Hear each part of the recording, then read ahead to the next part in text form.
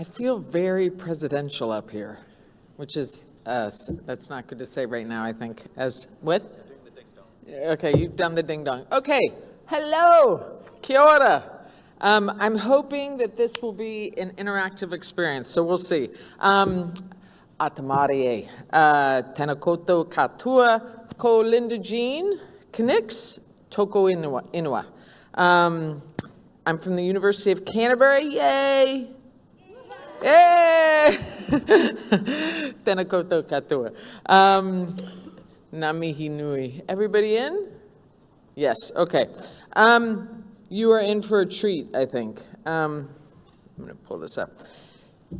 It is my distinct honor and privilege to introduce this plenary panel to you, these amazing scholars. The panel is called Creative Communication and Activism, Catalyst of Change, question mark, and I would put an exclamation point after that. The panel features scholars at the forefront of drawing on artistic epistemologies for research oriented towards global justice, environmental activism, decolonization, and breaking down the hierarchies of power, which we've heard a lot about in previous plenaries, and we're going to continue that on today. We plan to address key questions about the processes, aesthetics, ethics, impacts, and evaluation of artistic activism, with goals to probe, welcome, kia ora, the existing knowledge of the social, environmental, and political contributions artistic activism can make and better understand how it functions in our society. These four should illuminate all of us on those things. The very first speaker will be Dr. Elspeth Tilley.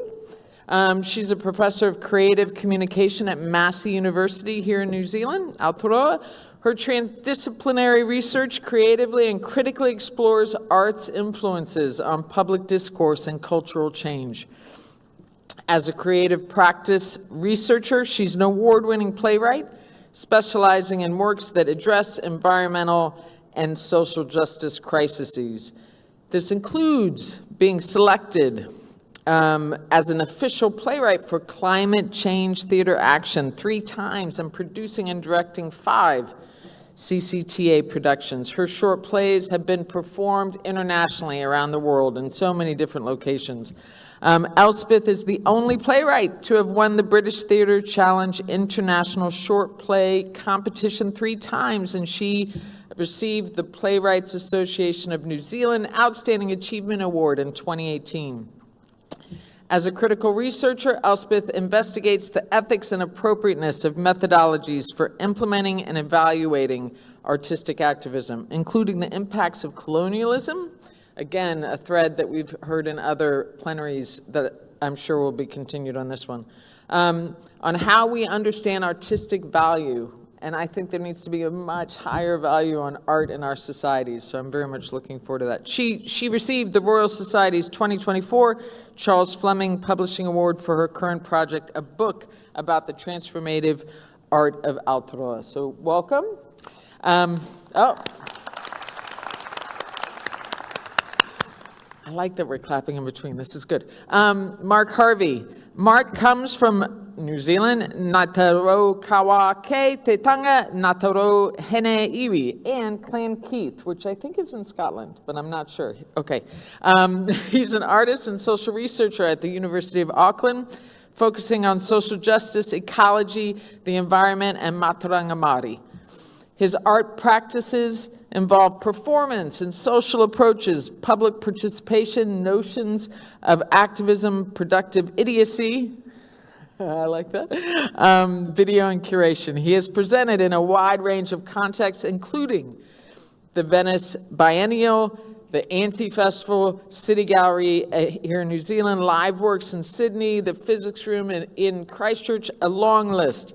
Harvey has led a number of national research projects focusing on the social dimensions of forest ecology, te ao Māori, and science communication and engagement across a range of approaches. He has published writing in a range of publications all around these themes. So please join me in welcoming Mark Harvey.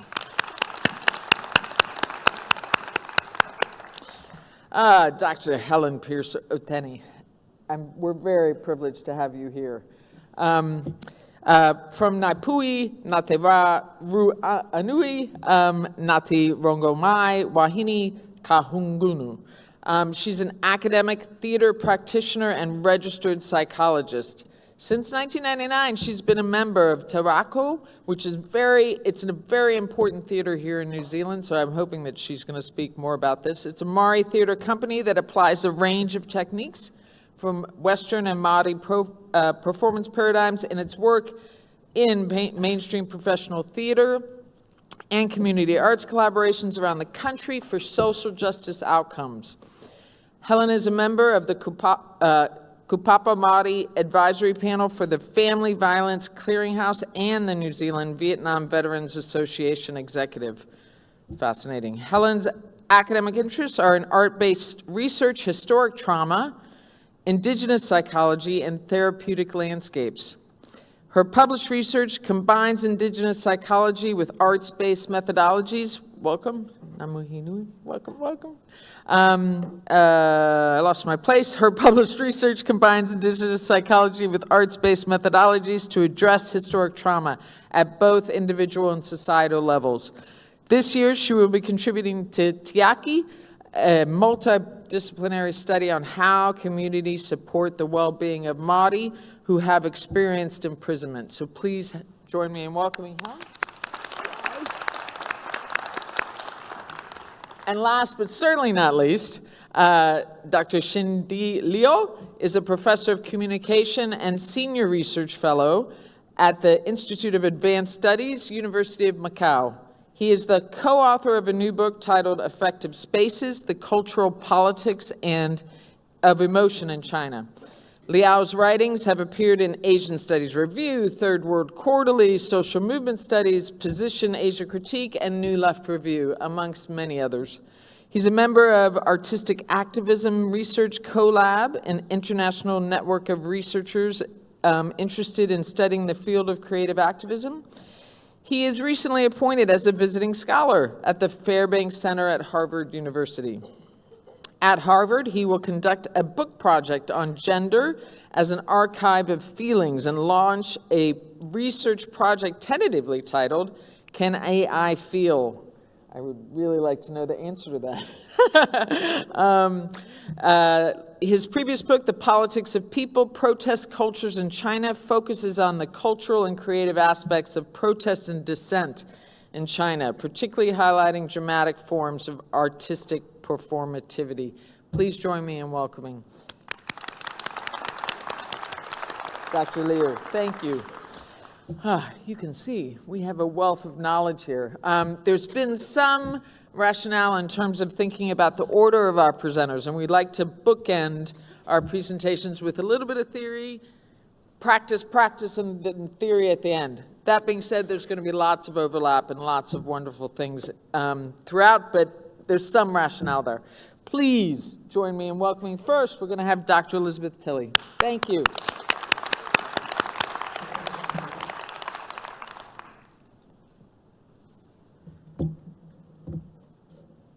Tēnā koutou katoa. Thank you to Ngai Tuahuriri, our hosts, to IAMCR, Donald Matheson, our wonderful conference convener, and the Central and Local Organising Committees, Charlotte Emery and the amazing team from Conference Innovators, Linda Jean for sharing, and to Mark, Helen and Xi Ding for being here today to share your amazing knowledge. Thank you. I want to thank Massey University School of Humanities, Media and Creative Communication for sponsoring so that we could have this panel today. It has actually taken a huge number of people and effort to get us here at this amazing conference, and it's humbling to be part of it, so thank you. My aim here today is to set a research agenda, which I hope we might debate in the question time and other opportunities throughout the conference. So rather than give answers, I want to spark conversations, and I hope you'll participate in those conversations. My argument is that while the arts and communication have engaged in a long dalliance, they have yet to cement their union. Both fields will benefit from a more systematic integration of their bodies of knowledge. And more than that, humanity and the planet will benefit if we can better understand art as a form of communication and explore communication through the lens of art and aesthetics. So I'm going to present that argument in three parts. first with 2 examples of creativity that are clearly communication, then summarising some key scholarly intersections between art and communication, and then finally identifying some gaps and inviting your thoughts on how we might fill those gaps. But before any of that, I'm going to ask you to do something a little bit different, something probably unusual unexpected for coming to a conference, at an academic conference. As creativity expert Alfonso Montuori has said, we cannot get anywhere new by doing the same old things. We have to be prepared to take risks. So I am going to ask you to come with me on a little digression. So the first thing you'll need to do is make sure that you're sitting near some other person, another human being. So maybe just shift to get near to somebody else so that you can do this little activity. And I'm going to ask Mark to come up and help me demonstrate what we're going to do. Okay, find a buddy, find a friend. This is the friendly conference. Hello.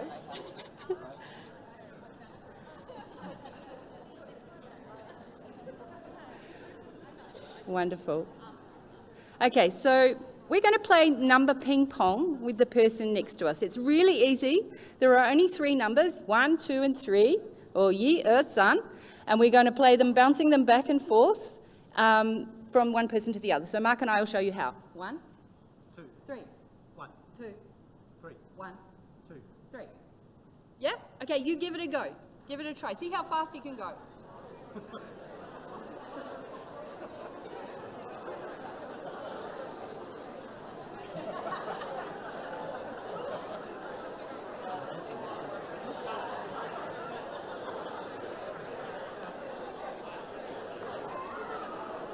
Wonderful. You're too good at that round of it, so now we're going to complicate it up a little bit.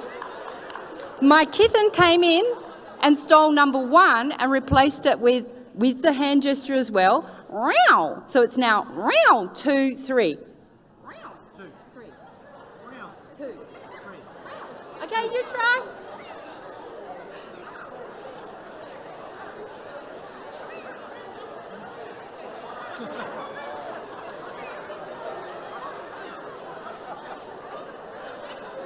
Fantastic.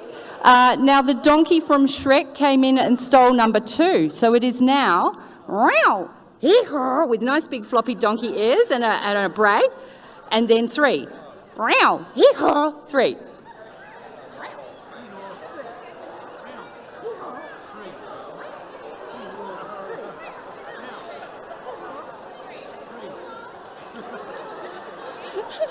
They're all doing it. It's so good. And finally, a gorilla escaped from the zoo and came in and stole number 3. So you're going to warm up your wonderful chest resonator and go, row, hee-haw, ba, making sure you're really awake. Give that one a go.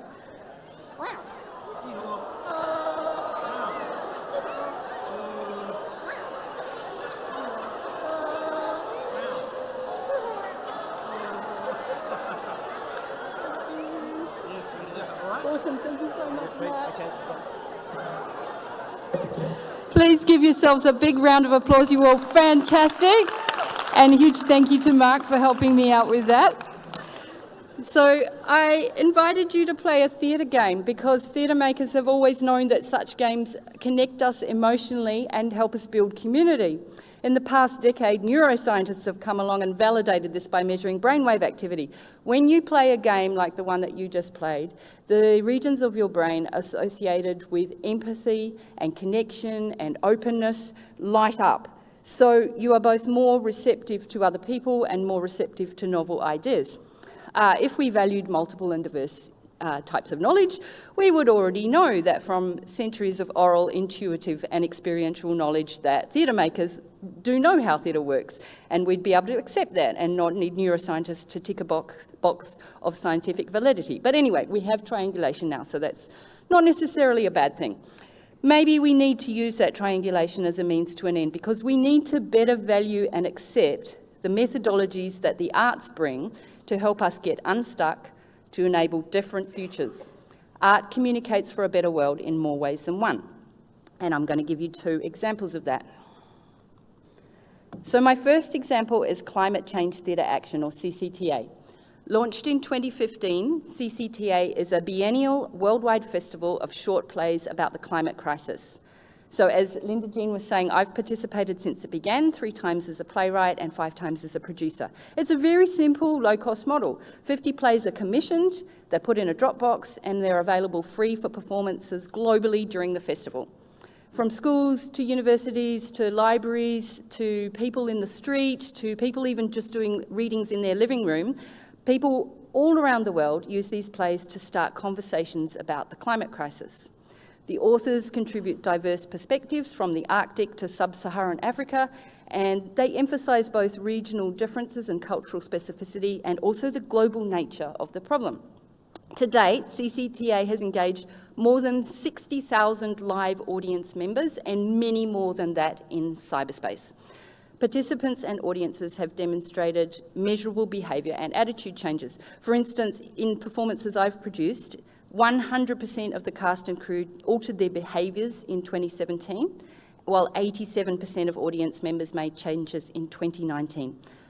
Those numbers, yes, they're small in reach, but they are big in impact. And this is from just 2 CCTA productions out of hundreds all around the world. So, is CCTA just another form of science communication? As Una Chowdhury has argued, these performances are not a form of science communication. Theatre produces new knowledge in new ways using its own unique epistemology. It doesn't just repackage existing knowledge.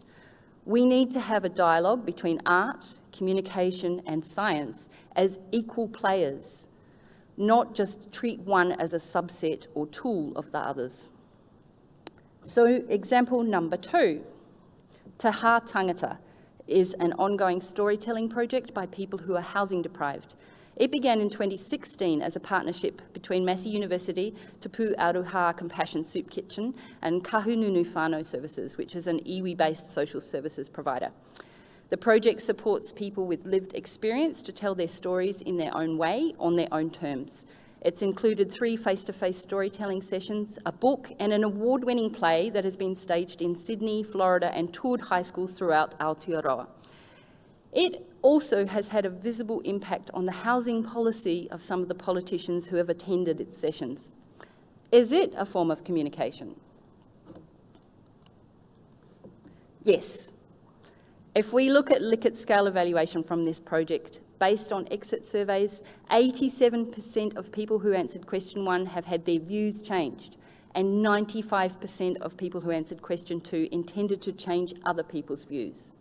So this is persuasive communication par excellence. It fundamentally changed attitudes and behaviours. By comparison, the best results from traditional mass media advertising and marketing campaigns are around 7 to 10%, with many having no effect and some, particularly campaigns trying to reduce alcohol and tobacco consumption, ironically having opposite effects.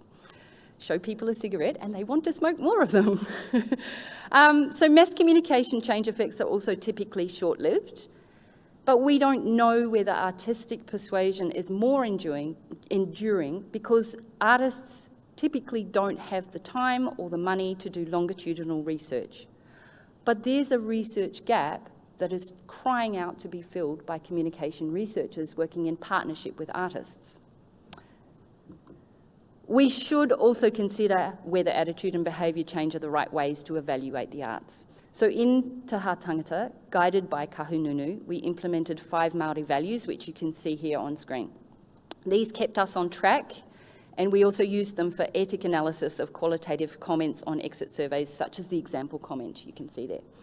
This was far more useful than the quantitative data, and it helped overcome the widespread problem of Indigenous arts and culture being measured using non-Indigenous irrelevant frames. But doing in-depth qualitative evaluation, again, is time-consuming and expensive, 2 things artists are generally short of. But we must figure out how the arts create change, because if we can't measure it, people won't value it. Indigenous evaluation will play a crucial role in this shift, but I also believe we can look to communication studies to help us unravel what art does and why it's important. So what do we know about the intersections between art and communication? quite a lot. Many European philosophers have commented over the millennia, from Plato on art's corrupting influences to Kant on art sparking selflessness. I find Hegel particularly useful. He argued that since art cannot accurately capture reality, it must serve some other purpose. Otherwise, why would we have it? So he considered that it illuminates the artificiality of the reality constructed by social structures of power, a theme picked up and extended in Marxist aesthetics. Indigenous scholars like Charles Royal point out that art is inherently political for colonised peoples. It is too for women, I would add, obviously not in the same ways. And many others have considered these questions, from Baudrillard to Barthes to Raymond Williams, many, many more. If we've arrived at a consensus on anything, it is, as Mouffe says, that all art is political. Or to connect that to a communication studies maxim, as Paul Václavic has said, one cannot not communicate. Art always communicates. But the fundamental question remains, despite 2 millennia of scholarship, how?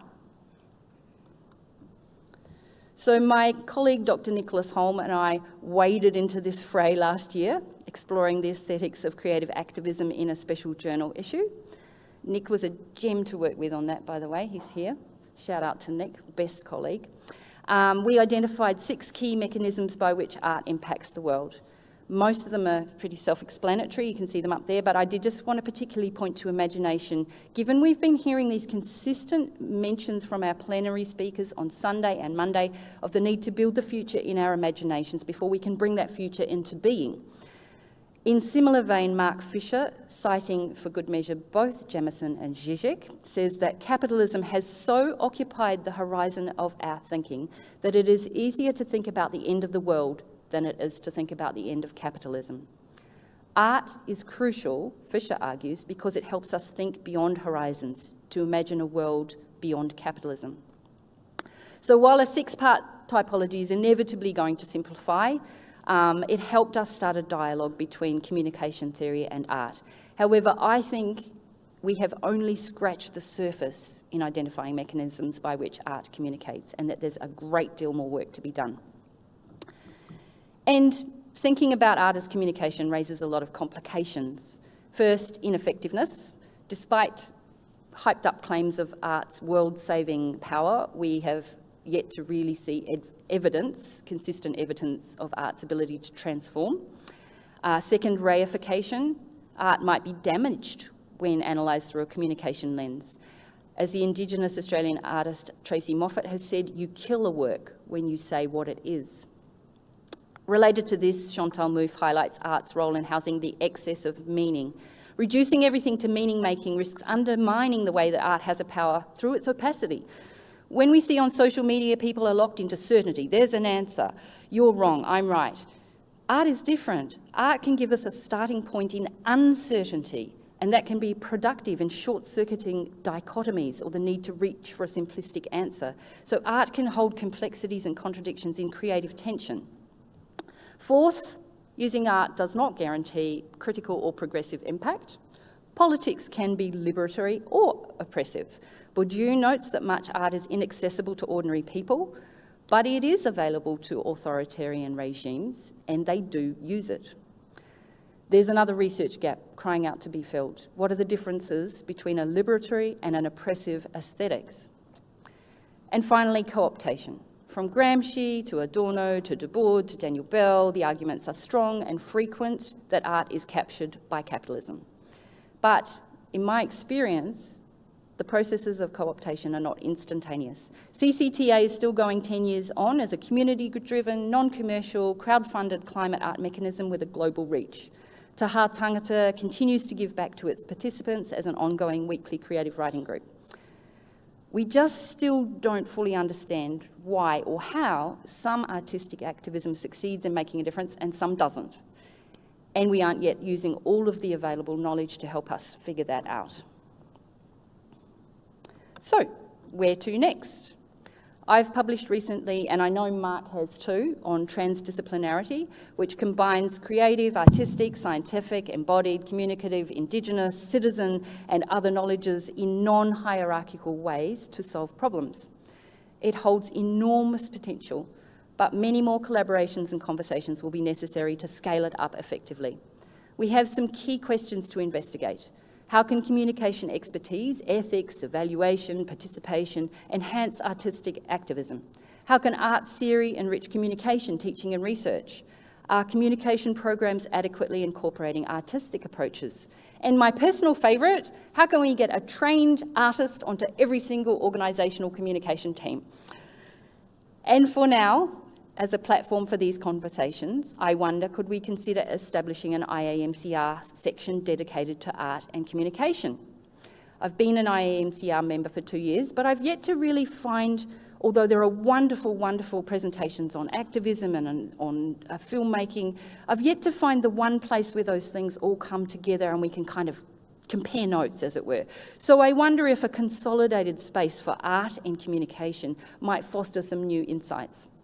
So, what are your ideas and suggestions for connecting the arts and communication in more formal and systematic ways? I very much look forward to hearing them in the question time. Thank you.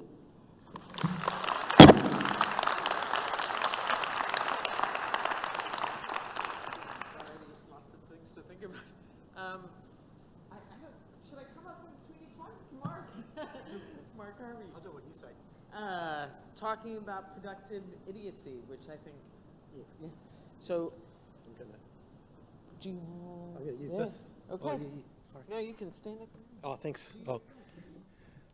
Can you hear me? Oh, good. I'll stand over here. Then you can look at there. You don't have to look at me too much. Kia ora tātou. Ka karakia nai nei. Rua tururu, rutu wihe, rutu wihi, rutu kai. Hara mai te toki. Tina, homi hui tāki. Kia ora. That's a karakia, kind of a blessing from one of the marae that we connected to, Parihaka in Taranaki, from my cousins in the Raukawa house. And they use it for gardening and as a way to kind of go, from the destruction, we can grow some stuff. So maybe, you know, we can make the world a better place. Maybe. I hope. Don't read the news too much. So yeah, that's me. Yeah, I acknowledge my Māori and my Pākehā side. You can tell by looking at me too, probably. And actually, it's really nice chatting with the crew here. We all have connections in different ways in the panel. Some you wouldn't expect, but I'm just, Linda, Jean, we're both children, or adults, children of deaf parents, I just found out, profoundly deaf parents. So, you know, I tend to flap my hands a bit when I talk, so that's influenced that, and probably also what I do. So I'm going to talk, the reason why I'm standing here, not just because I don't want you to look at me, I want you to look at that a bit, and because I'm going to describe some of my works in this terrain, some of my art practices over the years, where I'm, I guess, trying to do what we're talking about, just trying.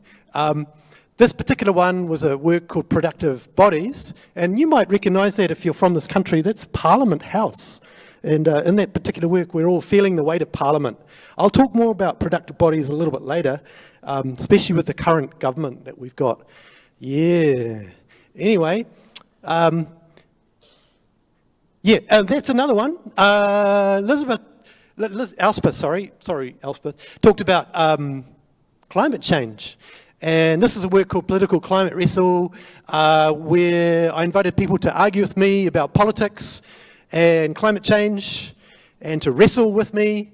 Because, you know, I come from a family of people that like to, you know, stand up for what they believe. A bunch of unionists were my uncles and stuff. So, yeah, anyway, we travelled the world with it and had hundreds of people, and I always lost. I know. I had an old Polish woman in Gdansk say to me, come out of a big housing development building, come out and say to me, I used to teach wrestling. She said, you wrestle like a pole, but you lose. Anyway, so, oh well, that was a compliment, I thought. But it wasn't about winning. It was actually about the engagement with people and the interactions and the learning and all that sort of stuff. And you'd be surprised what people say if you give them a microphone. Anyway, here's a saying, tamatu, tamaora, tamanoho, tamamate, tamatoa. Stand up and do something. Don't sit and do nothing. I like that. So I trained in psychology, education, dance, environmental stuff, visual arts, and for me, if I'm not doing stuff for the next generations, for the future generations, what am I doing? I think it's a Māori thing, but any of us who care about the world think like that too. My stuff, visual arts, live art, public performance approach, did a lot of performance art. It's a bit of a dirty word in some places, in some movies they look at performance art and think, ooh, what's that weird stuff? My dad was a bricklayer, so that probably helps, I hope. So I guess doing stuff that actually can hopefully people can connect with in some way is a big thing for me. I usually don't tell people what I'm doing, I just do it. And then they come along and go, I enjoyed that. That was great. What is it? Art.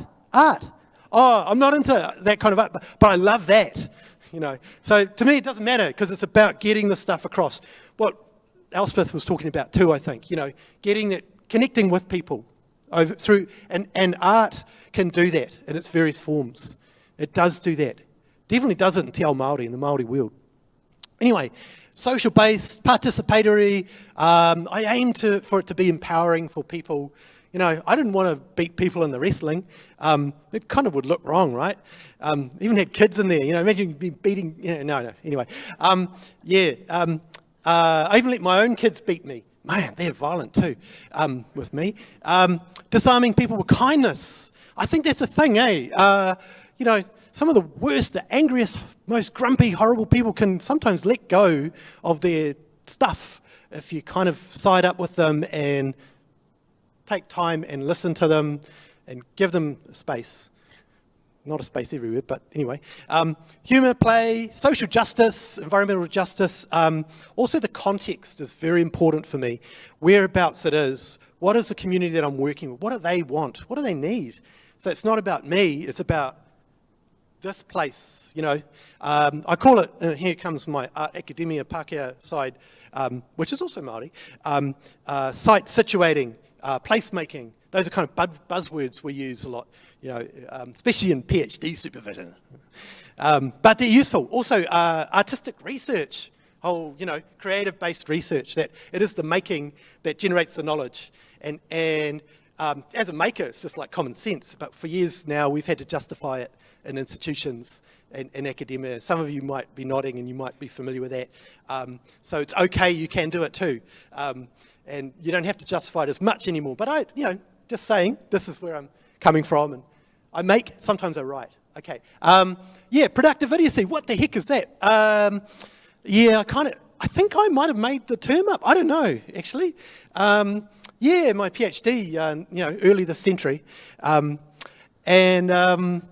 So thinking, some white male, female too, theorists in there, Nietzsche, Renown, Nietzsche's book, The Gay Science, I like that title, is quite influential for me years ago. Also things like Foucault on power, but also for me, Linda Tuhiwai Smith, who was here the other day, she was very influential for me. I have to acknowledge her, because my first paper I did at university was with her. Oh, by the way, I forgot. E mihi nui, ki te mana whenua, ngai oh my God, I just blanked. Mana whenua, basically. I want to acknowledge mana whenua and ngai tahu as well. Some people say kaitau. Sorry, that was a segue. I seem to do that sometimes. But don't worry, everyone. I'm going back to this. So experimentality, promises, making promises is important for me. We can't always keep them. I mean, as a dad, I try to keep them, yes. But, in the practice, it's okay to just say, try to do stuff. It doesn't mean you always have to, because you can fail. Failing is okay. Failing is good, because it leads to new ideas. I reckon, maybe this is my value, good scientists are okay with failing sometimes. We need the stuff that isn't just going to produce in a colonial capitalist endless growth context. One's personality is also important in this for me. Who you are, what you bring, your cultural context. That's fundamental, I think. We can't not bring ourselves in our creative practice. That's where we get all those kind of funny paintings and things. But that's okay. I've got one there, actually. Endlessly affirming and questioning. That's actually not supposed to be part of this session, but I've got a book from years ago, and it's a series of, it's kind of an artist book, and in order to print the cover, you had to ink my face and slap the book on my face to print it. It's a chance to get me back. Actually, our kids, they were hardcore. They went hundies, you know, they really slapped my face, but anyway. And here I come into Te Ao Māori, and another thing that's very important to me is ethics. I've kind of hinted at that. Even though I've talked about idiocy, it's not simply just idiocy. Idiocy is also what we can't contain, what we can't pin down. It can go in places that we go, whoa, but also actually caring for each other is really important. There are different kinds of idiots out there. Anyway, Maui, you might have heard of Maui. Anyone seen the film Maui from Hawaii? Anyway, we have our own, as some people have mentioned already in this context. That's Peter Goshage's illustrations, who's now passed on, of Maui. He did many things. He was a trickster. One could say he sometimes played with foolishness in a productive way, in my view. People wouldn't take him seriously until he did stuff and made them realise, oh, actually there's something in that. He invented lots of things. He pulled up the North Island, Te Ikau Maui.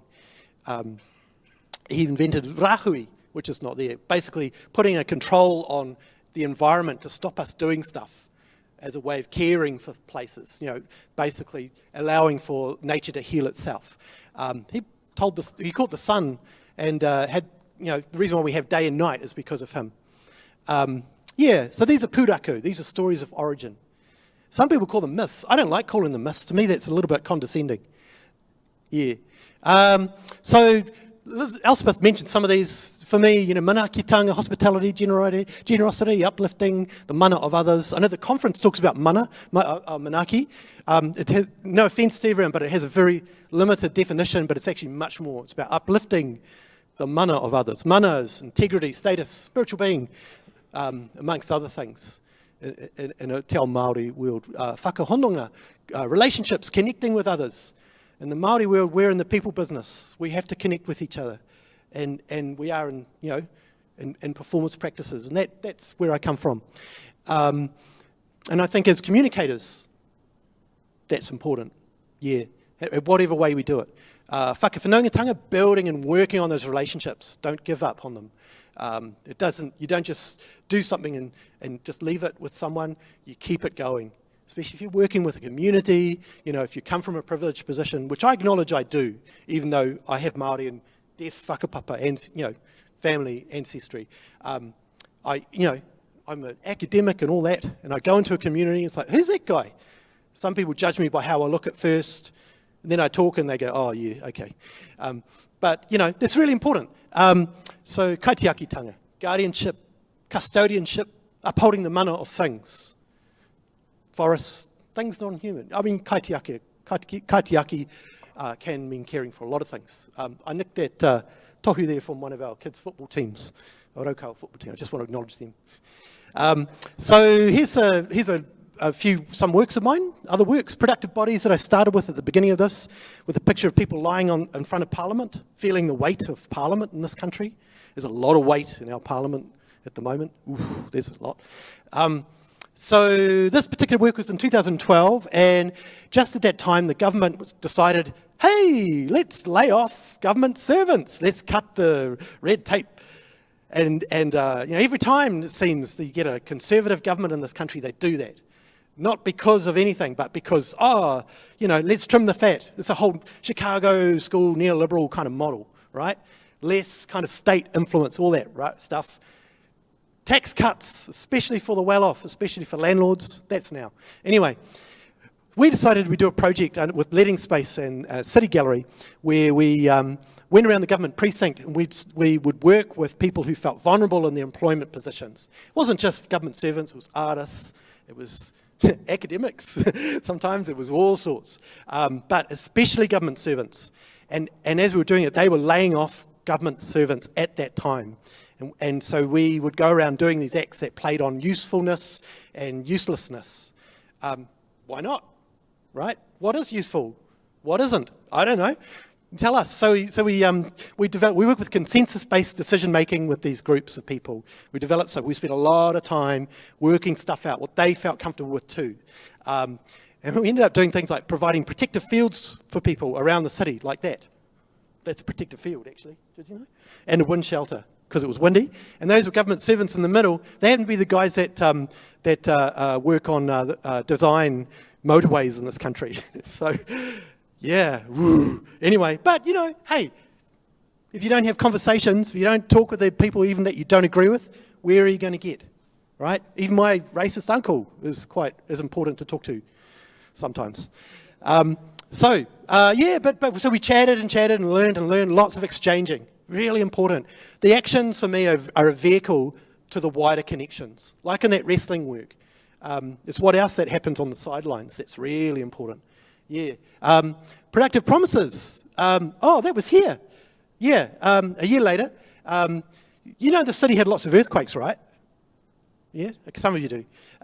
That's why there's a lot of empty sites around the place. Anyway, it was like a giant, Armageddon had happened.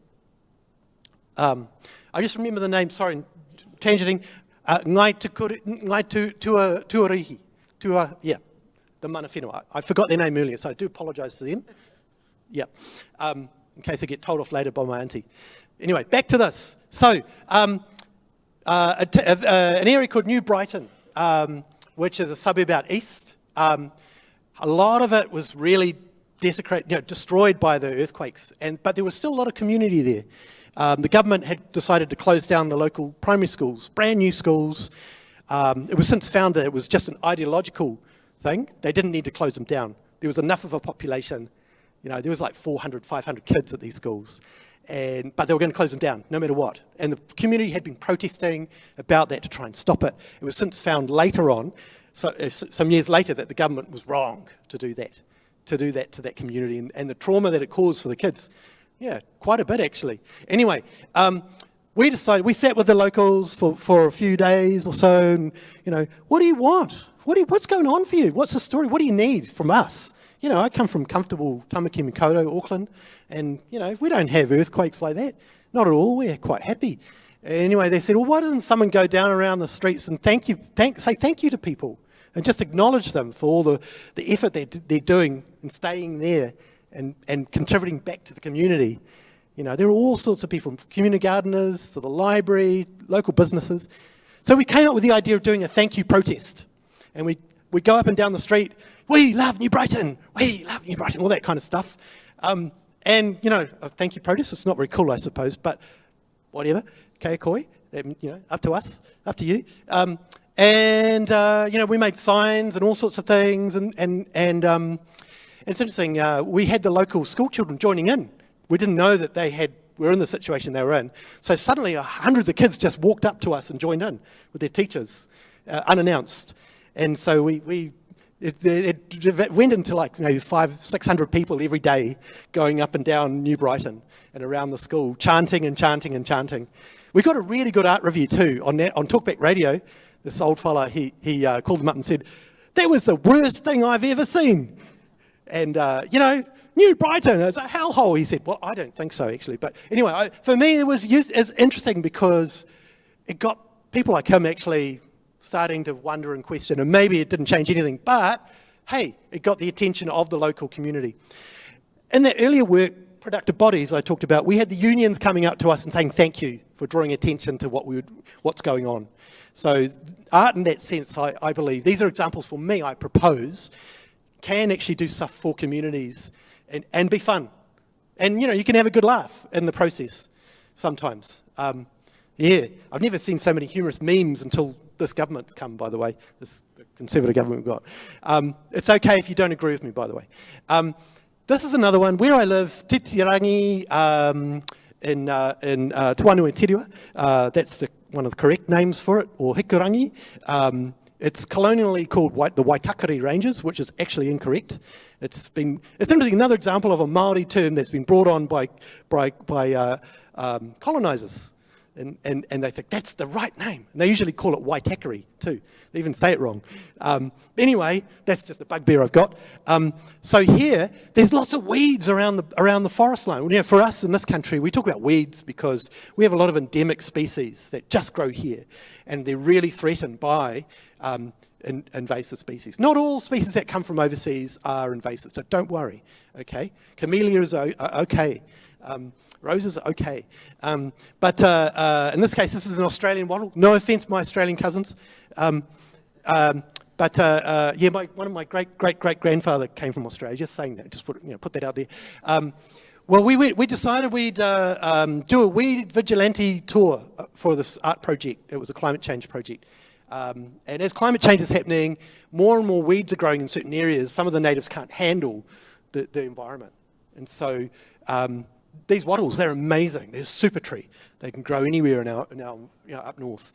So we went around the place pulling these out by hand all together, and pulling the tree out and rah rah, and having a good laugh with that. Yeah, actually, that's one of my kids on the side there. On the I just want to acknowledge our kid, Tui. Anyway, yeah. So this is another one. Waitakere drag. That's a play on the term Waitakere I talked about before, which is actually culturally not okay, but it's still used by the council and in Te Wānuatirua, in the area that I live. It is a long history of forest deforestation, especially 100 years ago or so. Kauri trees. You've heard about kauri trees at this festival. If you get a chance to go up north, check out kauri trees. Giant. They can grow as wide as a car is, and they're like the third biggest store of carbon out of all trees in the world. So they're on a big scale. And yet we've only got 1% to 2% of them left.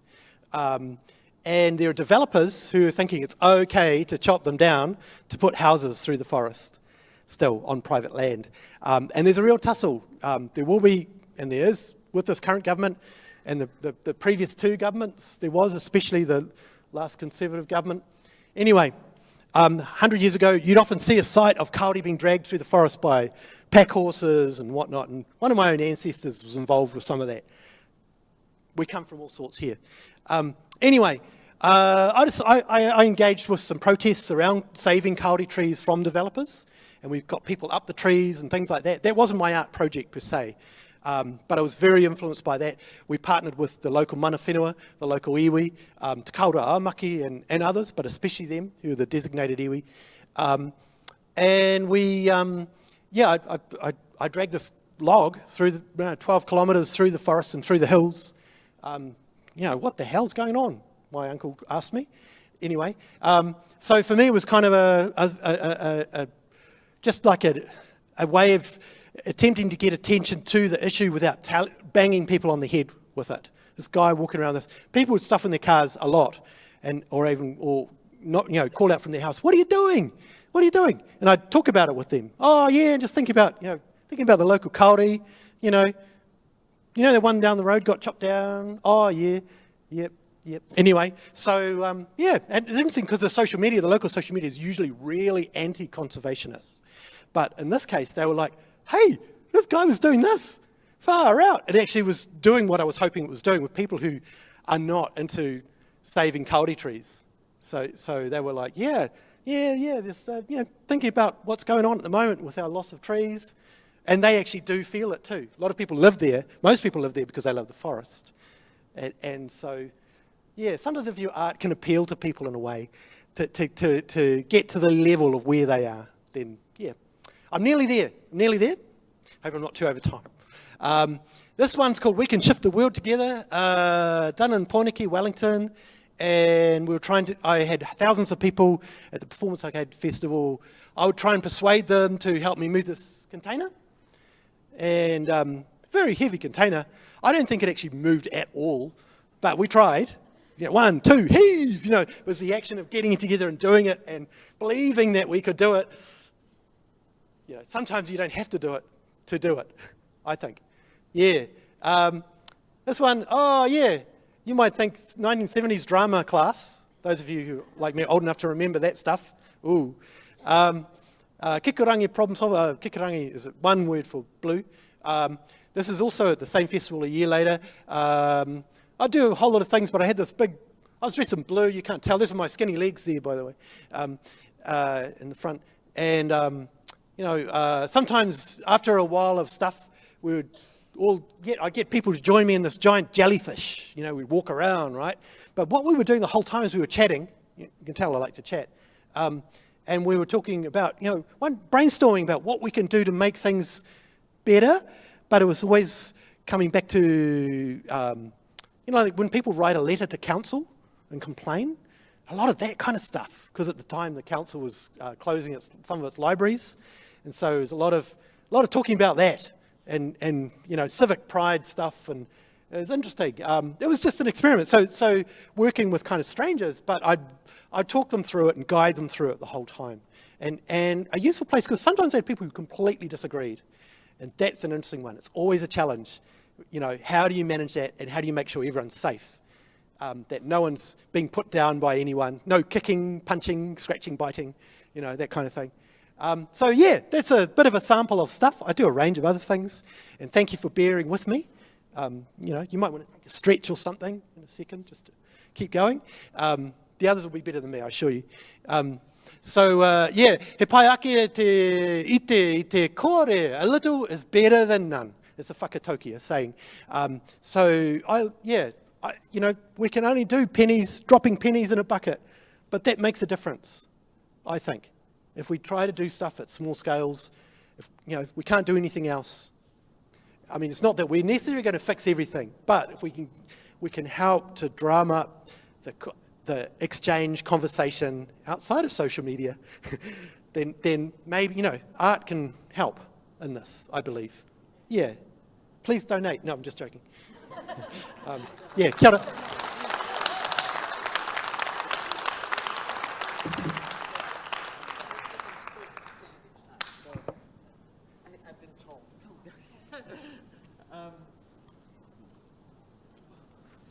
Dr. Helena Tini. Yes. Amazing. Welcome.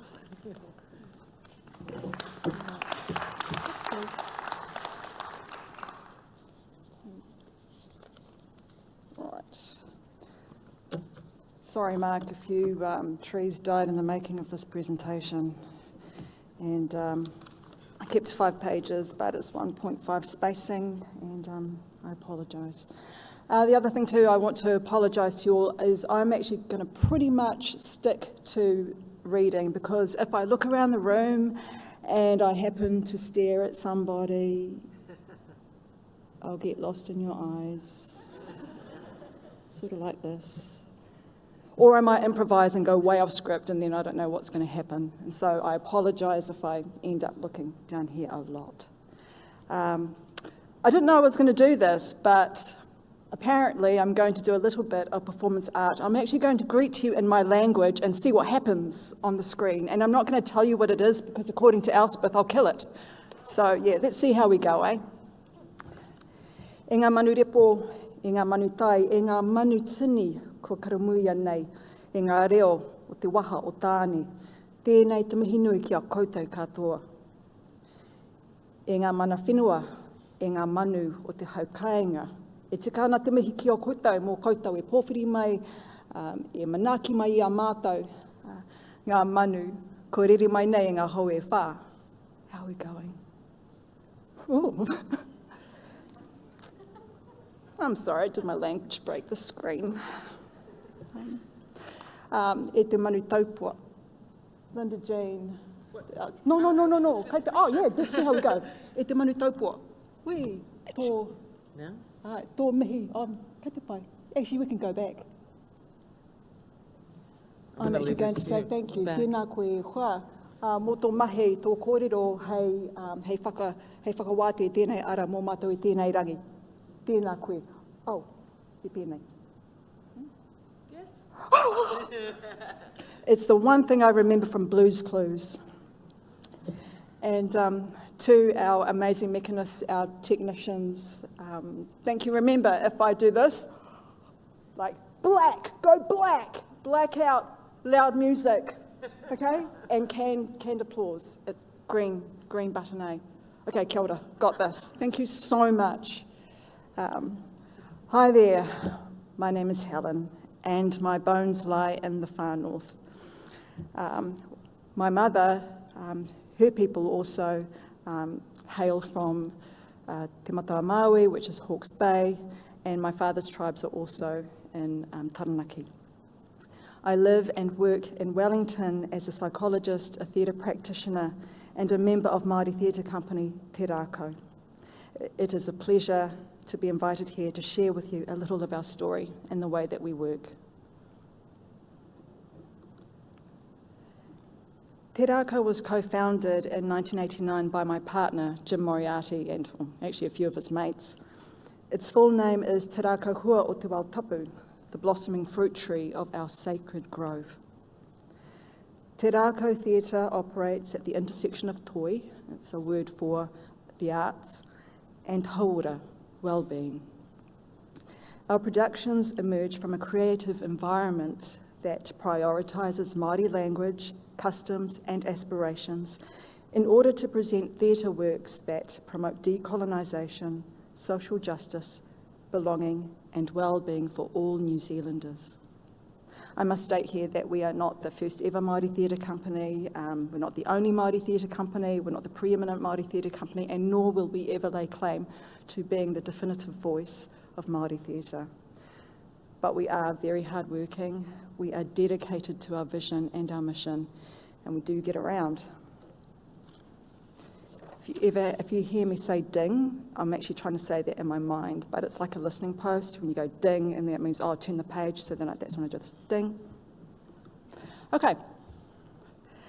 Our type of theatre has not developed in isolation from other forms, but emerged as a synthesis of our understandings of making, being in, relating to, and performing the world as Māori, and also being influenced by political, academic and artistic philosophies from everywhere.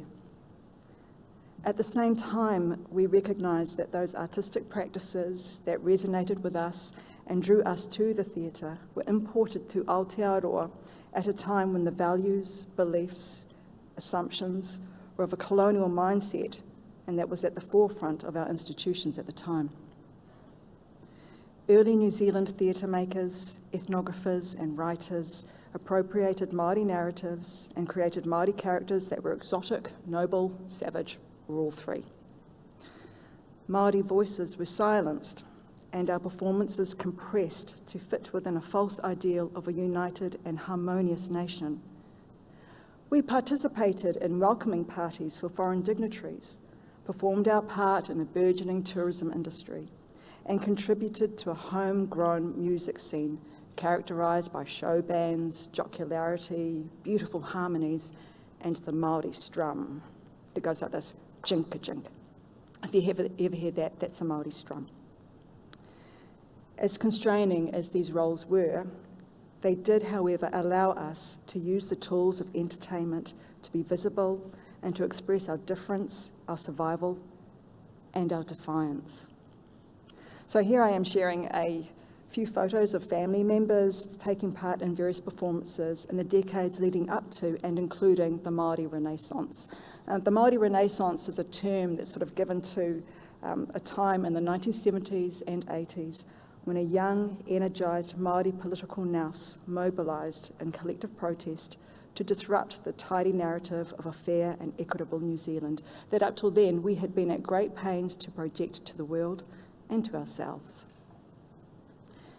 As a youth, our artistic director, Jim Moriarty, performed with the Māori Theatre Trust and was mentored by both Māori and Pākehā visionaries of Māori performing arts and New Zealand theatre. In the 70s and 80s, Jim was working in mental health, as well as television, film and political theatre. Along with his colleagues in the art scene, he became involved in a robust young Māori protest movement called Ngā Tamatoa. One of Ngā Tamatoa's strategies was for its members to apply their inherited talents and skills to agitate for social justice for Māori in all areas of New Zealand society: law, politics, media, the arts, education, health, social and economic development. Naturally for Jim, this meant bringing together his background in mental health and creativity. As for me, although I do hail from a family of musicians, composers, and performers, and a few of them are in those photos there, I was raised in a military environment and thought I might end up somewhere in the armed services or in law enforcement. I didn't really believe that there was a place for me in the performing arts until much later as an adult, when I somehow managed to gain a spot in our National Drama School. After graduation, I went straight into working in Māori theatre, and within 3 years I'd met Jim, joined Te Rākau, and was facilitating theatre therapy programs in adult prisons and youth justice residences.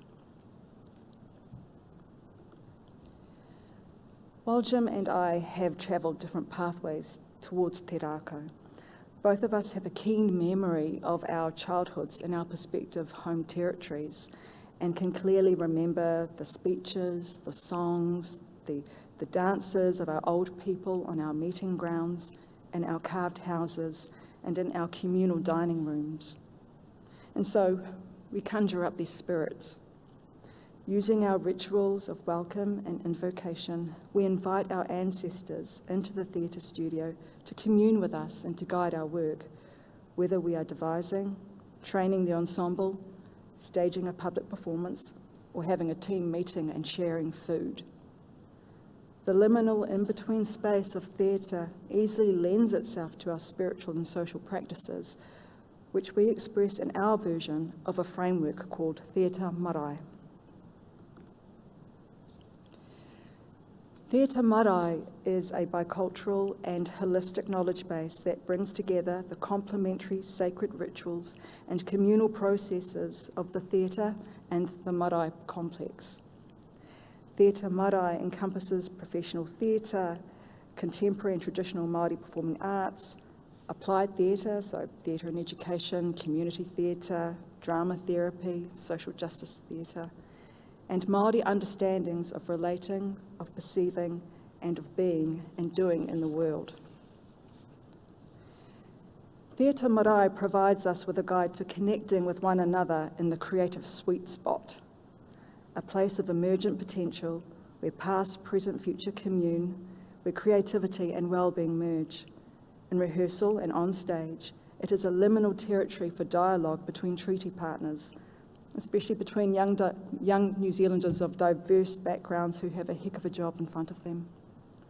For those of you who are familiar with our work, one of the reasons why we create productions with large choruses is so we can engage with young people in this space. We believe that cultural belonging, social engagement, and participation in the arts can support mental and physical well-being. Te Rākau senior members have backgrounds in education, social services, and mental health, and this experience guides our therapeutic work with underserved communities, including youth, the elderly, and the disenfranchised. We also use theatre as a way for young people to critically examine our collective history together and the events and processes that have shaped their world and their place in it. For example, the young people in these images were drawn from 4 secondary schools across the Wellington region, and they participated in a 14-week-long project on World War II, and in particular, a very well-known fighting unit called the 28th Māori Battalion. Te Rākau also collaborates with academics and non-government organisations in qualitative community health research. We apply Theatre Marae as a performance methodology to draw out key health messages in research participants' narratives and shape them into a piece of professional theatre. This slide here shows various stages of a research project with combat veterans of the Vietnam War who used photography, field notes, and interviews to record their health routines, their war stories, and to share their perspectives on global peace, citizenship, and ageing in Aotearoa, New Zealand. Their stories and messages were then brought to the stage in a play called The Land Eaters, which was then filmed and broadcast on Māori television.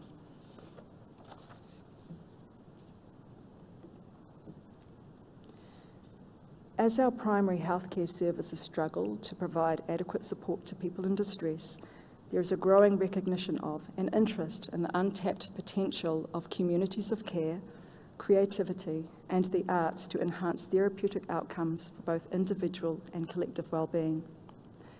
As an extension to our work in community health research, we now collaborate with community providers to turn their research findings into creative products such as film and podcasts and training materials that can be used beyond the live performance season to support staff training and the delivery of health information and therapy to their community.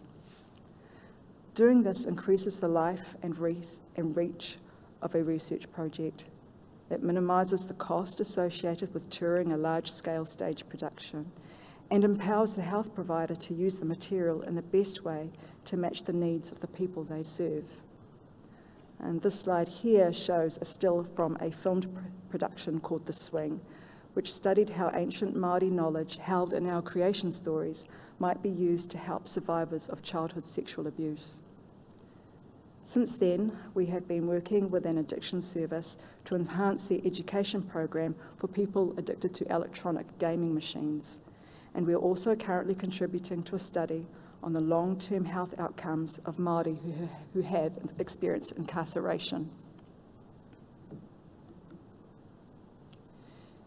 In Te Rākau Theatre, we hope to contribute to positive intergenerational transformation for all those who take part in our creative projects. We understand that the work we undertake does not happen in isolation, but rather in a world of interconnected systems and relationships that are informative of each other. I hope that in this whirlwind description of the last 3 decades, I have been able to give an adequate summary of the work of Te Rākau and our emphasis on making art that instills hope for the future, encourages us to connect to spirit, to nature and each other, and in doing so find and reinvigorate our capacity to nourish respect, healing and compassion. And if you want to know a little bit more about our work, those are our deets up there, people.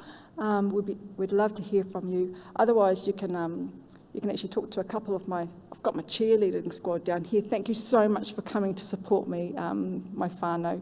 I love you both. And I've always wanted to say this. Thank you, you've been a wonderful audience. Kia ora.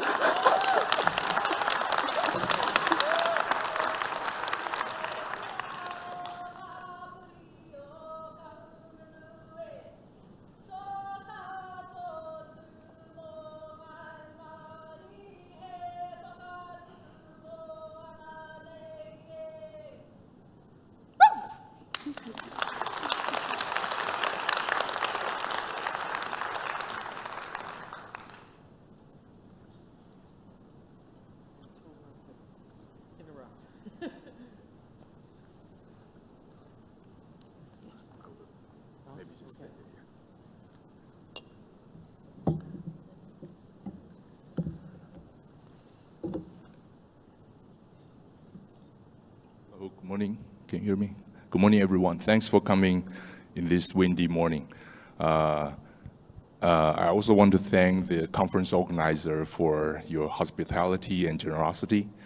I have enjoyed this conference very much, and it's my great pleasure to be involved, to be part of this panel. Thanks for having me here, especially to Elspeth and Linda. And okay, so today my topic is the art of not being governed like that, the grammar of performative politics. Let's start with this picture. It was taken a few years ago, some years ago, a group of artists, they used their naked body to protest against the construction project of a luxury buildings, because that building will block the mountain view. This happened in a former Portuguese colony, okay, some years ago.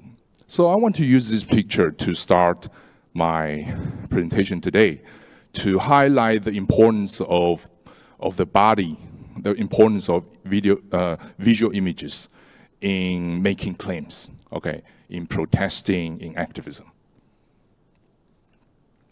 So why I talk about performative politics. Why I need to theorize this term, this concept. I think this is a book project that had happened some years ago, but I really appreciate this opportunity to share my thought about this process. Actually, the title of today's talk is inspired by the notion of, well, Foucault made this claim, the will not being governed like that, in an article titled, What is Critique?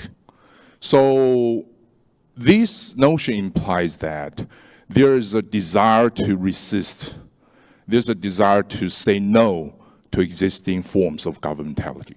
Of course, Foucault has his own context, which is more philosophical and metaphysical. So my question is, how does that desire translate into actual practices? And how do ordinary people critique and contest governmentality? Also, there's another discontent with social movement studies. Social movement studies have been talking about structural factors like political opportunity structure, framing, mobilizing structures, economic resources, organizational patterns. I'm not really happy with this narrative. I think there's something missing because there's no sufficient consideration of people's creative capacities, their agency. How, people are creative. People can do many different things, okay? Yes, they do things within a restricted environment, but existing narratives and frameworks can help us understand the complexity of people's activities and practices. So I will explain this a bit further. Another factor that impacts me is the proliferation of Occupy movements from around 2008 until 2015. Occupy, right? Basically, it's everywhere. It happened everywhere. And Occupy actually is interesting because it's not only about the occupation of public spaces, but it opened up a space for different creative experiments. So there are many activities taking place in the Occupy zones. And so that drove my interest, okay? And how people use their body to not only occupy public space, but they use their body to do many different things. And I found that although we know Occupy Wall Street, right? There are many Occupy movements actually across the world in different ways and for different reasons. But one common thing is that they are a response to the non-acknowledgement of the voices of people in different ways, whether it is in a liberal setting or illiberal setting.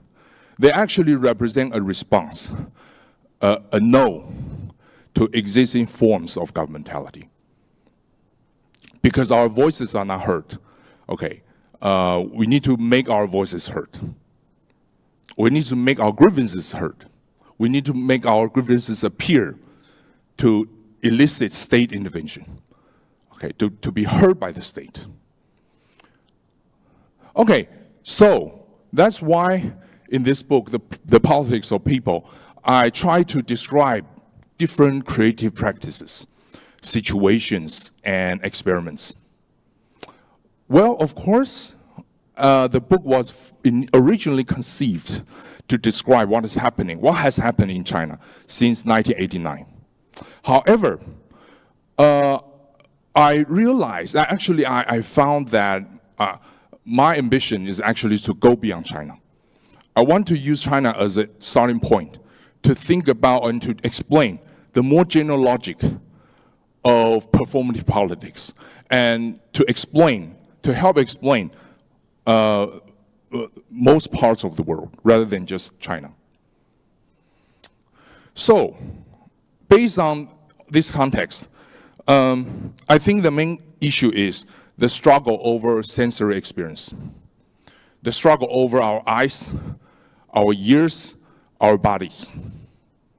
My theorizing is informed by several scholars, for example, Butler, She talked about the performativity of bodies.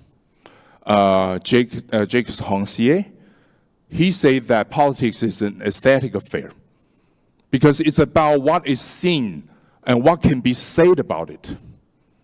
Okay, so who has the ability to say and to see? Well, because the state has enormous power and resources to control what can be said and what can be seen. So this is where politics happen, where politics comes in. Because politics is actually about changing the way we are seen and the way we are, change the way that things are being perceived. So it's about perception.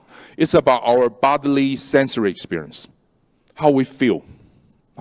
So based on that, I think my argument is that agency is not predetermined or pre-given, but actually is produced during the process of performing something. Okay, so performative politics come from these theoretical premises and understanding. Okay, you see the picture. It's actually a typical way of doing politics in China.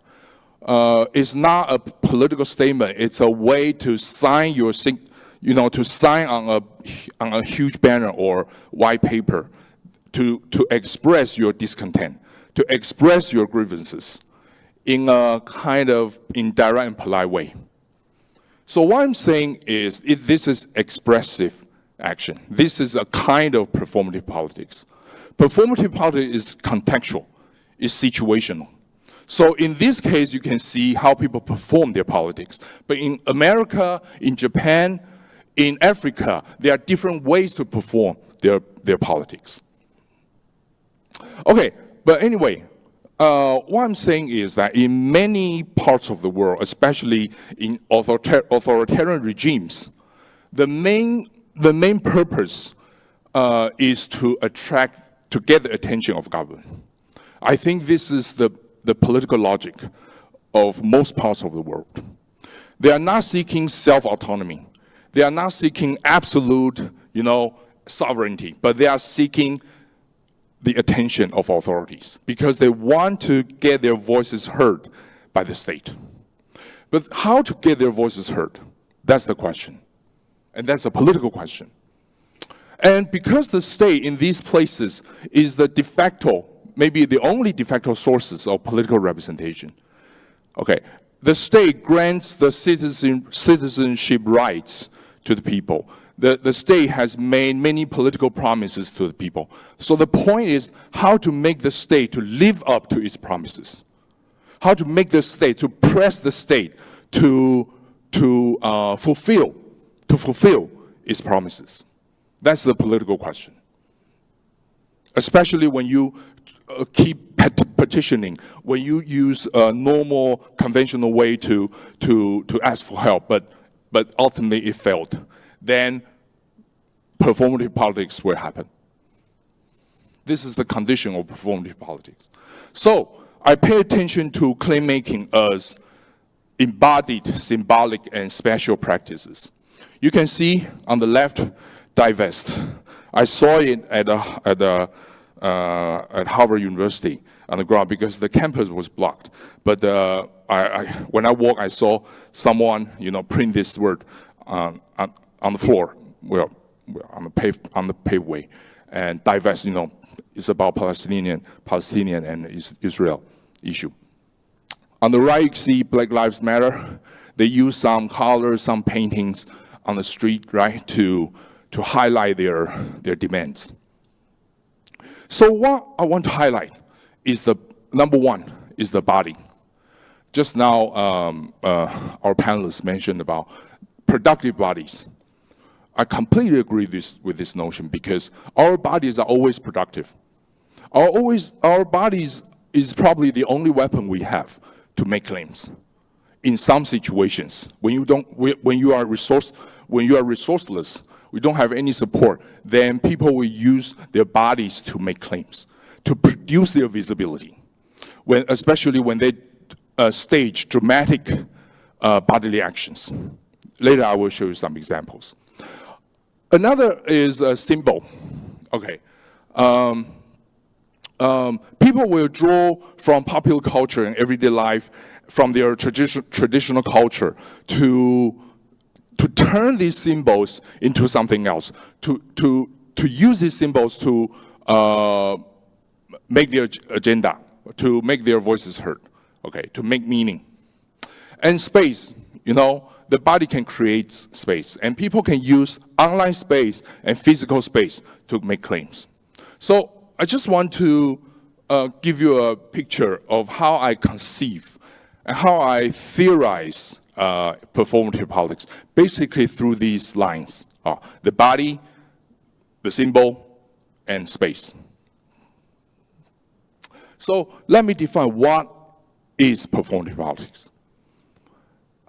It's a sensory political form that aims to provoke governmental responses through creative practices.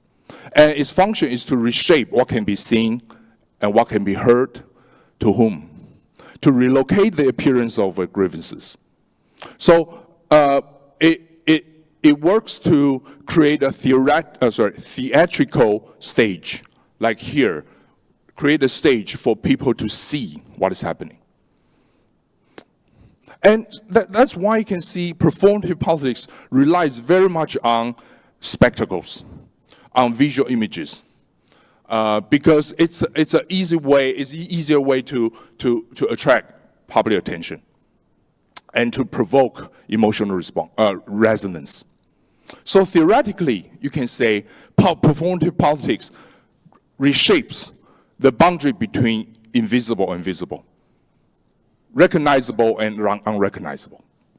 According to Hongxie, if the social order is founded on the distinction of who can speak in public sphere and who cannot, and who is visible and who is not, then performative politics is about disturbing the distinctions and reshape what should be recognized, or the distribution of the sensible.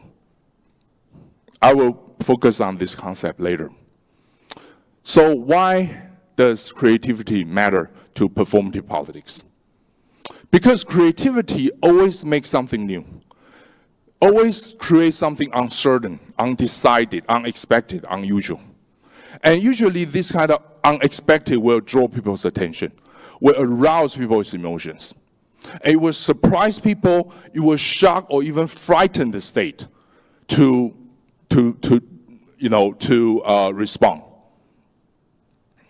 So it has moral and emotional power through staging unexpected and unusual activities and creating a scene. Okay, here are some examples. The first example is very familiar, that by creating what I call a tiny revolt in visual experience. Okay, you see the picture, you know who he is, right?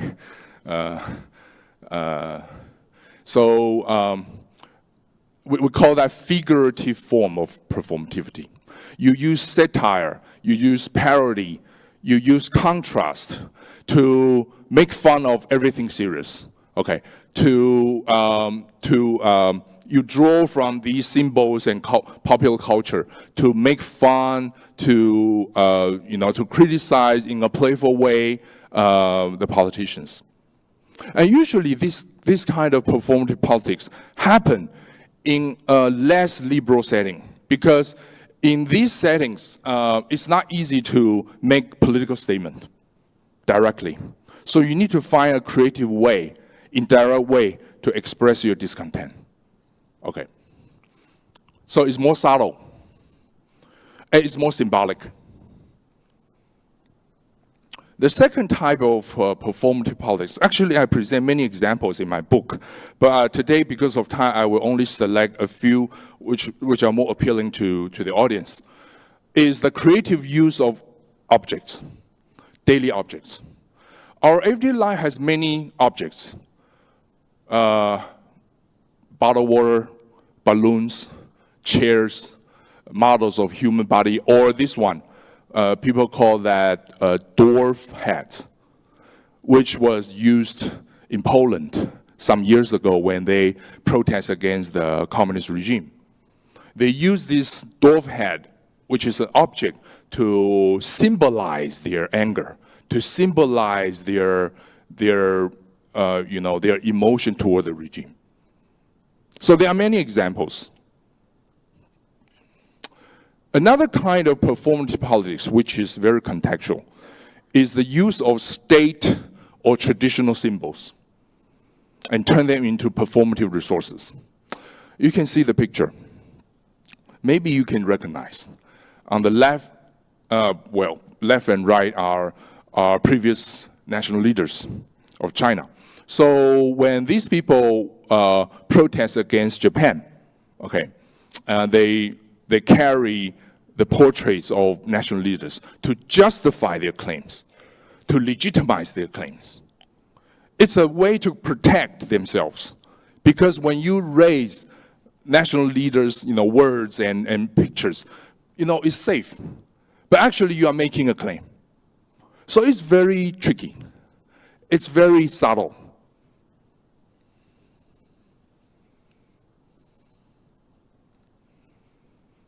Okay, Gangnam Style, you probably still remember, right?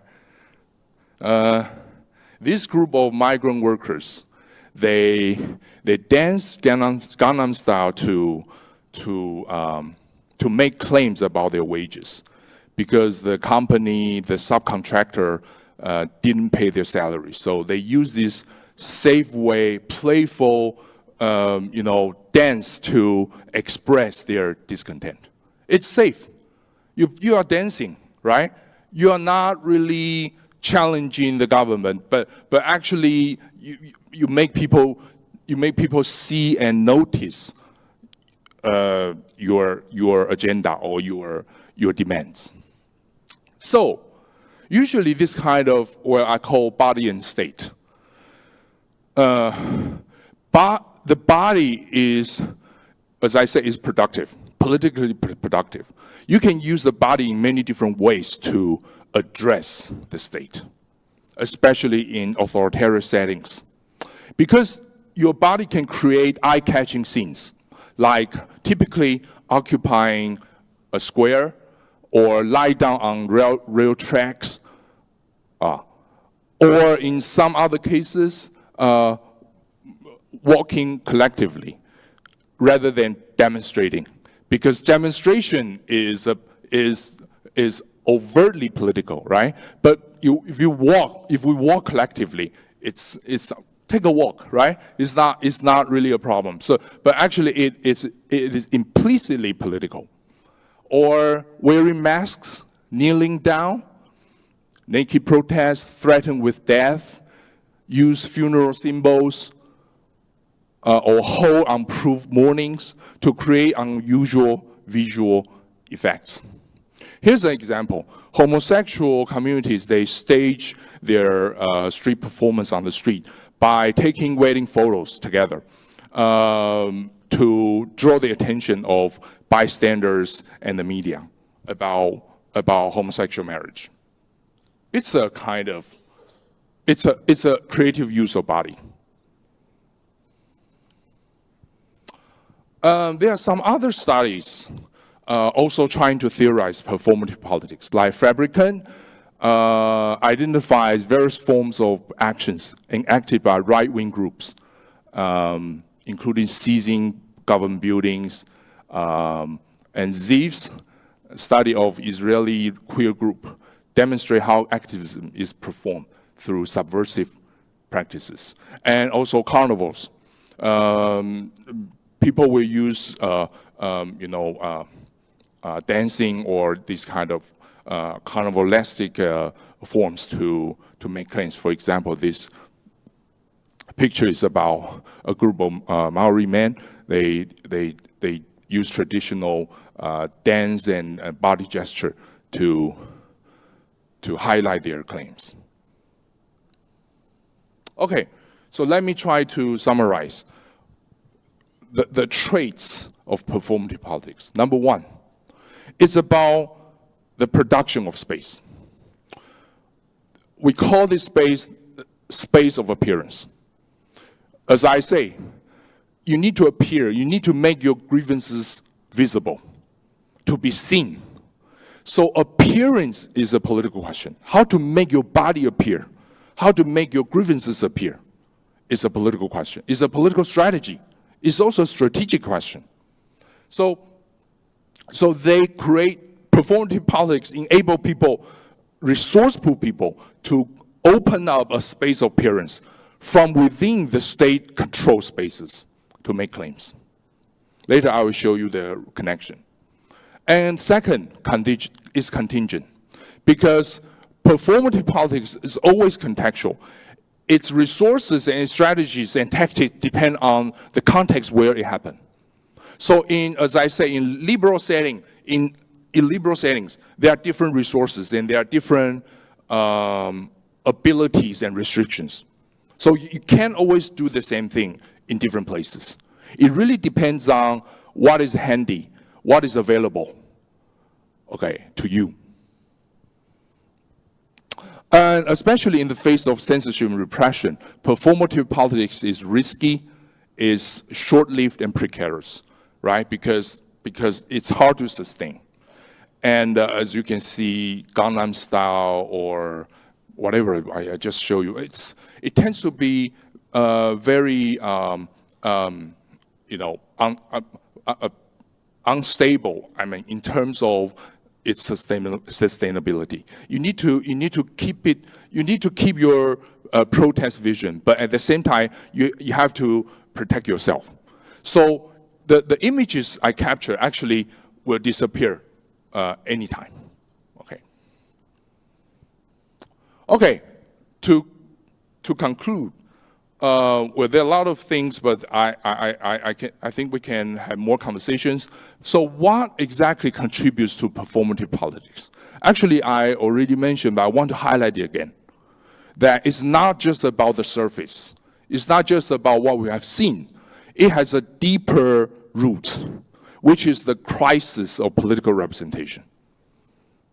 You know, the state claims to represent the people, but in liberal settings, they fail to do so, or they have not done enough.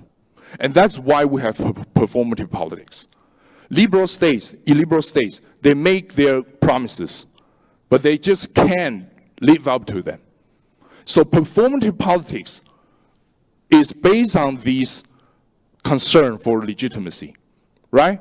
The regime has to sustain itself. The regime has to continue its rule. Then you have to fulfill, you have to respond to your promises. So performative politics, you can say, is an attempt to reestablish the relationship with the state by altering our sensory experiences, by intervening in the production of space and public perception.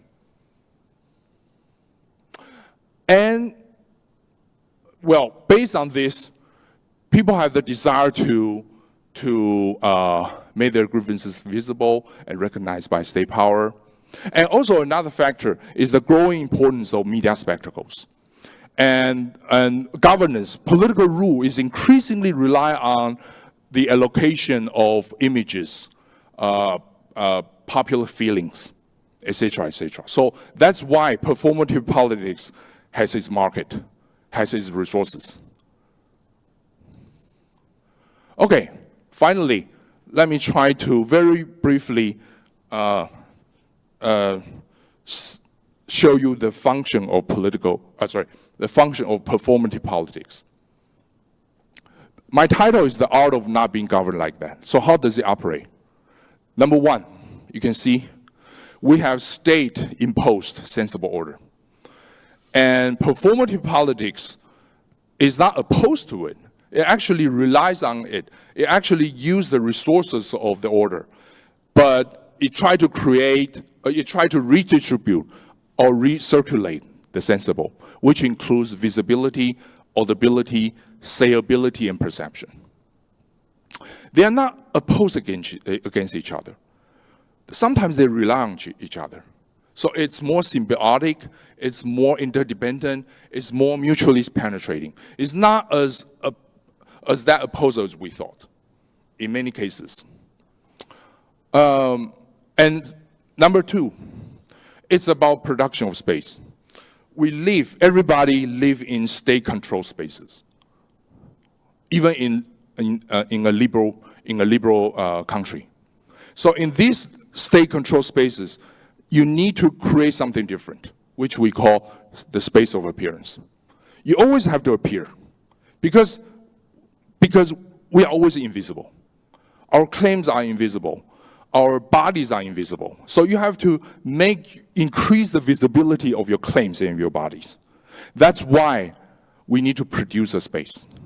And that, as I say, that is a political question.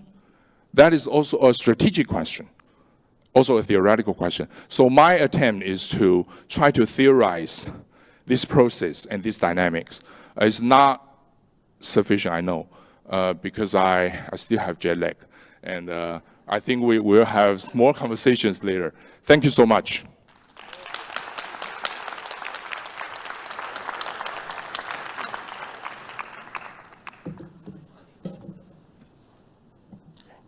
I have so many questions, but I've taken so many notes, and I think I'll just complicate things. First, let me say thank you. Thank you to all four presenters. That was, I've thought, profoundly illuminating in terms of what is art, what is the importance of art, the importance of visibility. And I have questions about that, but I'll first pass to the audience. Questions? There's one right there. Hey, hi.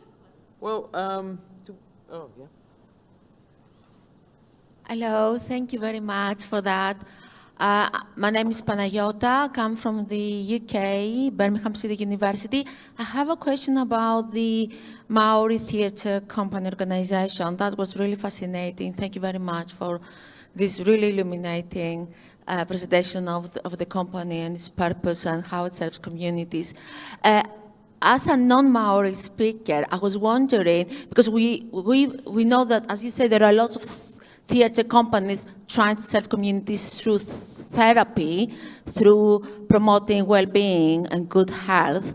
So I was wondering the extent to which the Maori culture and language, per se, make this company different from other similar theatre drama therapeutic activities, and to what extent a person who is not familiar with the Maori culture and language will be able to get involved or even attend or be part of the audience.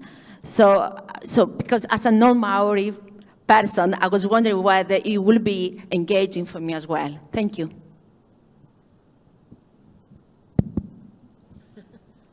Kia ora.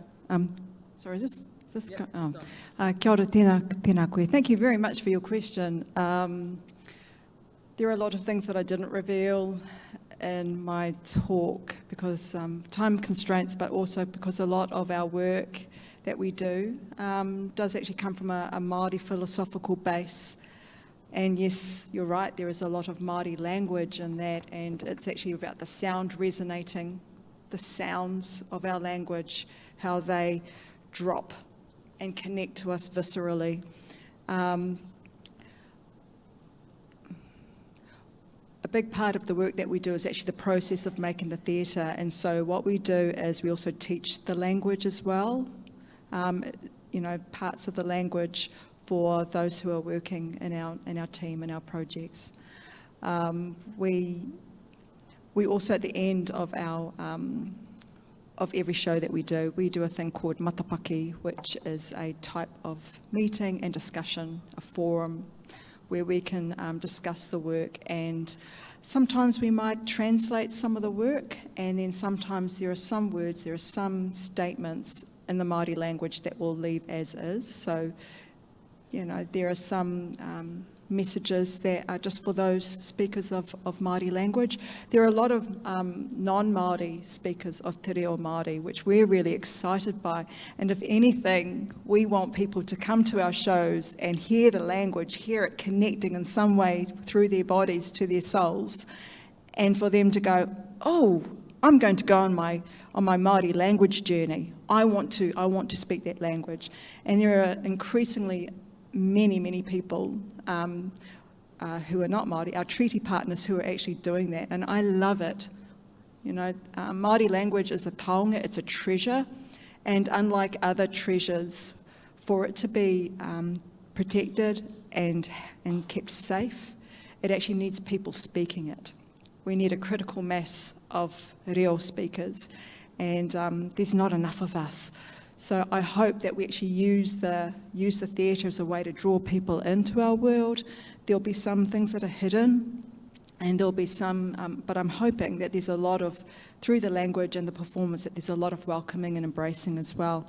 But we do actually have a forum at the end of every show to talk about, to engage in this discussion, to share some of the things that people might want to understand a bit further, but more importantly, to hear what the audience have to say as well, and to share their stories from their places and their landscapes and cultures. So thank you. Mark, I saw you like jumping for the mic. Do you want to say anything? Kia ora, kia ora. I haven't been working as much directly in theatre context lately, but through my dance background and with our students where I work, just allowing spaces where we are engaging in te reo Māori is fundamental because of the mind shift. It's like what Whaia Linda said on Sunday. It's the eggshell membrane, you know, that having that language there helps for so many other things, our way of relating, connecting, inclusivity. I find it, for me personally, much more inclusive than my Pākehā side. No offence to my te tiriti partners. My own life partner is a te tiriti partner. She's from the Netherlands. You know, it is much more inclusive to sit down in a Māori space and to give space to each other in a way that our English language doesn't allow for that in the same way. Other questions? Oh, there's one right here.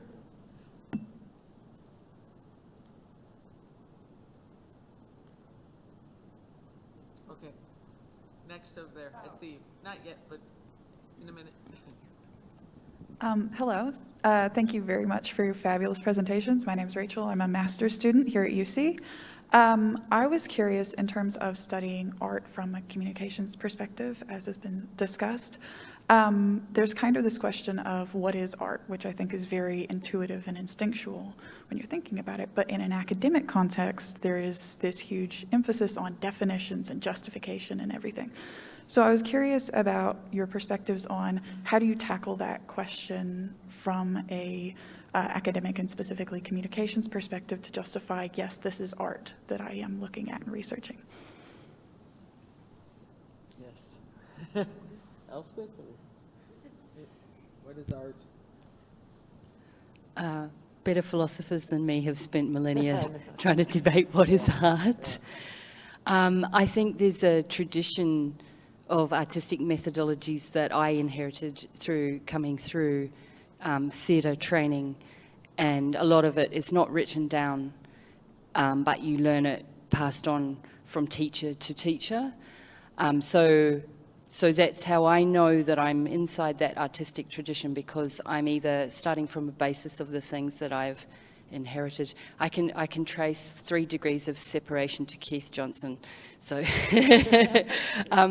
there's this a whakapapa, as it were, and then taking that as a base and innovating on that, it gives you a starting point. But that's why when I said my vision is for having a trained artist on every organisational communication committee or a team, I think you need to have connected into that lineage of learning art history, learning art methodologies, to bring millennia, literally, of knowledge that may not be able to be pointed to in a scientific way and say, okay, we can put a boundary around that scientifically and say that's art and that's not art.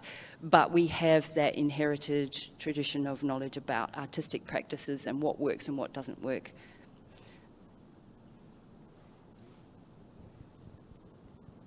Yeah, in my context, we we are setting up new arts program, arts and design program, which is more hands-on and practical. And so far, there's no conversation between us.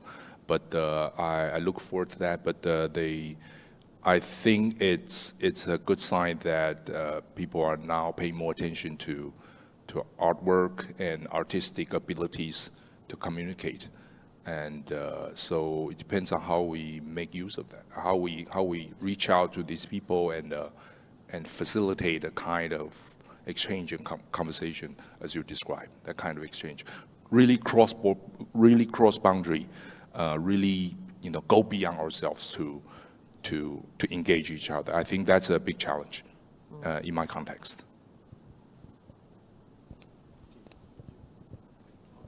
Oh, kia ora. Yeah, awesome that you're thinking about that. It's, I think, a very important question. Because, I mean, art is in many contexts, many different things. And, I trained in conservatories where we were like trying to become high-end artists. You can't really tell from what I do. But, but it's also, community stuff, our kids. I'm often working with kids. I didn't show any of that. They're better drawers than I am. Drawers, sorry if you can't understand my accent. But also I think about in Te Ao Māori, and I'm being nostalgic a little bit, but pre-colonisation, our tupuna were, the idea of a disciplinary separation was kind of problematic, really problematic in a lot of ways. Okay, we had tohunga experts in certain things, and we respected their expertise in certain areas.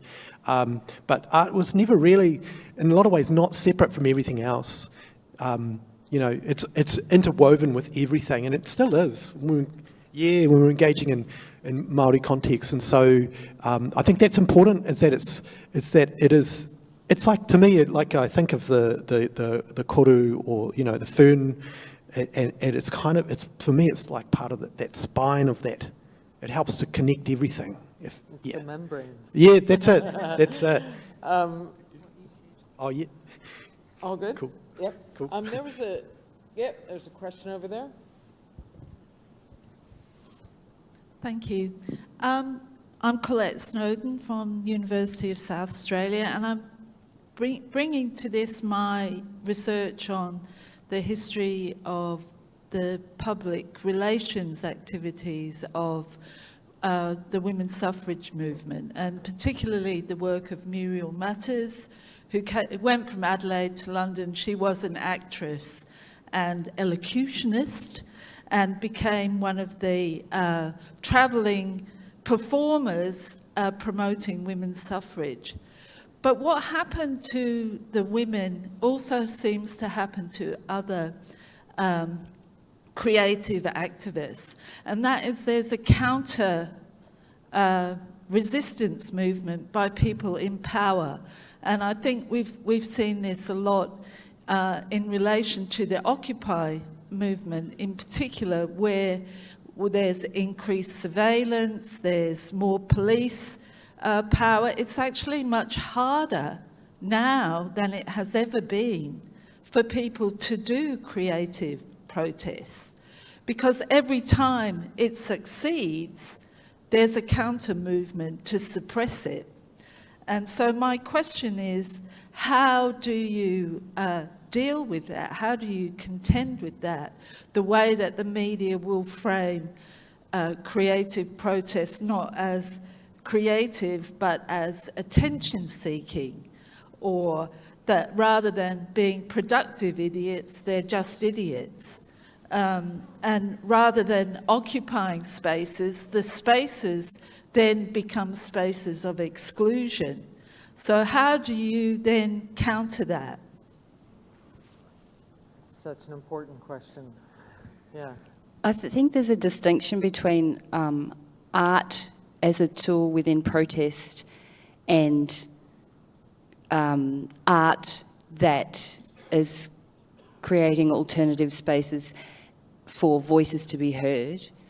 But there's also a really important focus in a lot of the work that I've been fortunate enough to be involved with on process. So you talked about the suffrage movement. So one of the things that they did was singing, a lot of singing. And so it's that music that binds people together and creates community and creates a sense of solidarity. Whereas the Occupy movement is known for its internal patriarchal, quite colonial processes. It's not known as a movement that had good processes. Maybe if it had had more art or more trained artists who are trained in community building, trained in listening, trained in using creativity to create equal processes, it may not be known in that way. So I don't think it matters that CCTA, the Climate Change Theatre, rarely gets on the media. It's not about that. It's about those 87 people in the audience who said, yeah, I'm going to have those conversations with my racist uncle, as I think it was Mark said. It's those little drop in the bucket, the penny, another penny, another penny. So we don't always need to think of it as needing to be spectacular and mediated. There are other ways to reach people and to change people's hearts and minds. I have a question. I'll wait, though. One in the back. Oh, yes, please, because I was thinking, how does that complicate what you were talking about with visibility, but I didn't want to interrupt with questions. That's a great question. I don't think I can answer that completely here, but I think performative politics, using my own words, performative politics has at least two dimensions. One is the surface, that what we have seen is about visibility, right? But another thing, as you mentioned, is deeper, which is about, I would call that articulation. How you articulate with different groups. And in the occupied zone, you will see all kinds of exclusion, racial stereotypes, gender issues, things like that, different kinds of hierarchy. Power hierarchy is not absent in the occupied zone, but it has been reproduced in different ways to find its new life. However, the occupied zone provide the opportunity for people to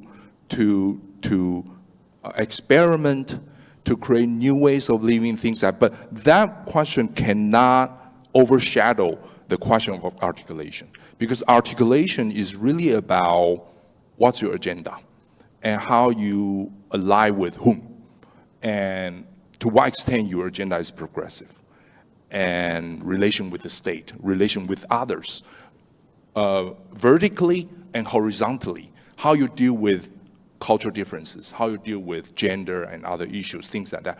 It's a very complicated process.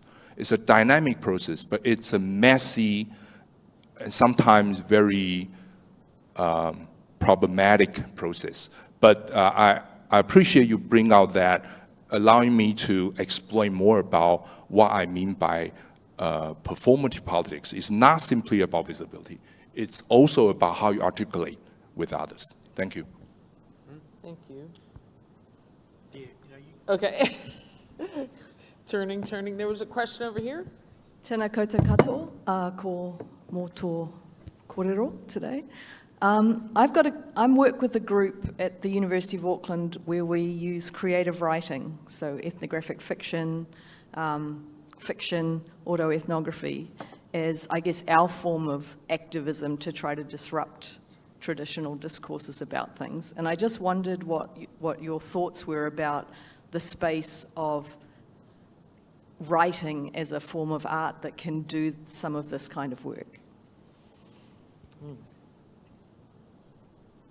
Helen's a playwright, so I'm going to throw that to her.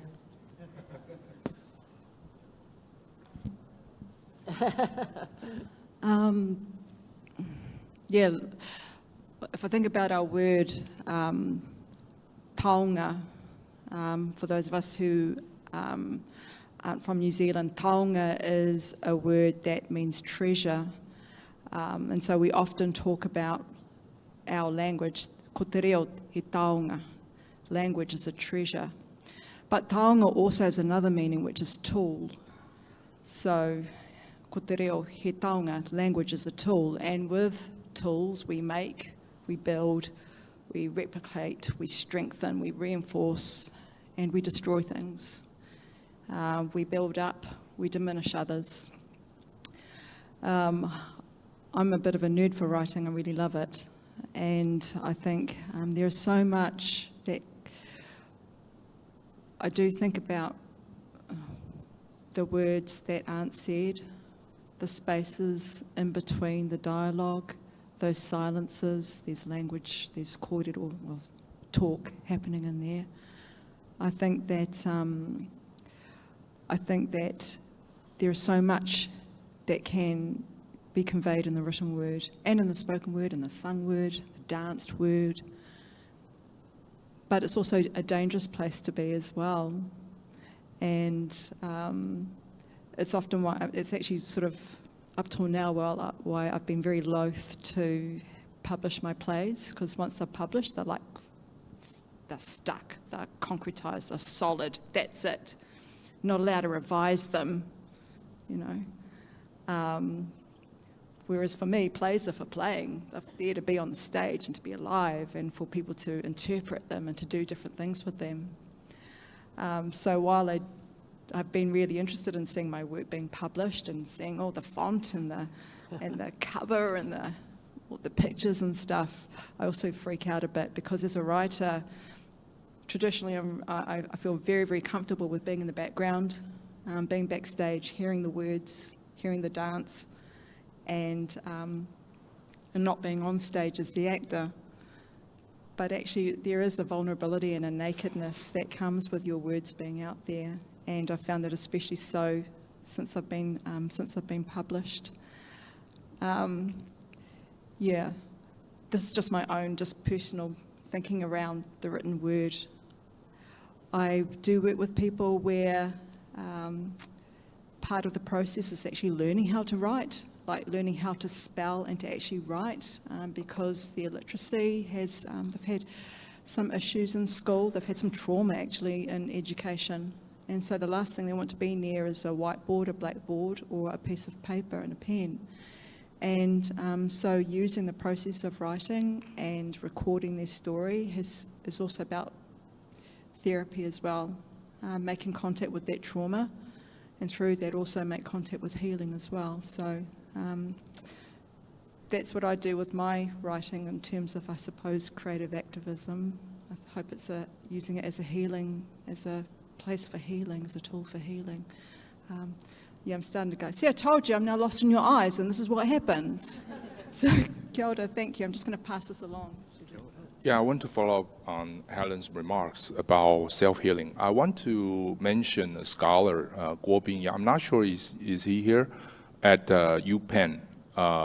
He actually writes something about self-writing during COVID-19. During COVID-19, you know, people are isolated, they are locked down, right? And they need to heal themselves, they need to express their feelings. So keeping a diary becomes a way to, it's a form of writing, and it's implicitly political because it kind of challenged the great narrative, the official narrative during that time. So is Guobing here? Okay, anyway, he wrote about, he called that endurance art. He called this keeping diary the act of endurance art. How to endure, how to live your lives, how to sustain yourself, how to support yourself emotionally and physically.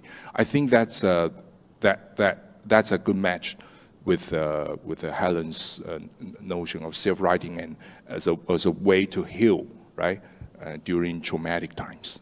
Yeah, I want to bring that up. I just saw the time. Oh, here comes Donald. I just saw the time, and I could sit here all day talking to you. Oh, and there's a desperate question right here. I don't even know if we can do it. Is it a short one?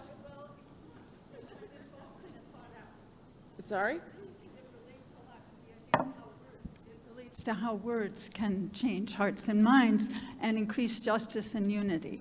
So I wanted to draw attention to story and what story can do, particularly wisdom stories, and particularly wisdom stories in the Jewish tradition. This is my line of work, and they grow from the Bible.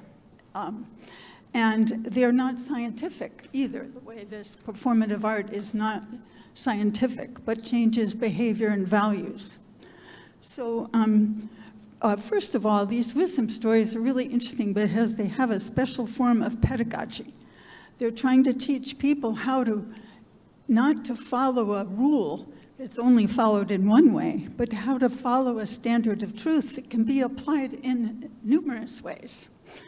And as a result, these stories are open to many interpretations, and the reader needs to learn how to use the standard of truth to figure out, for example, how in a given situation to be honest.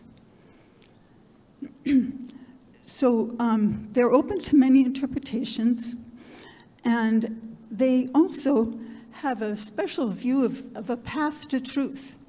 And this path to truth starts with constraining subjectivity. You stop thinking about yourself and open up to yourself up to standing in someone else's shoes, which ends up bringing people closer together.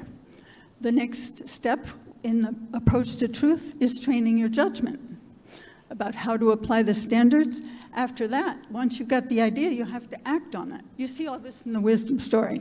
And finally, you release hesed, which means loving kindness, closer relationships, social justice.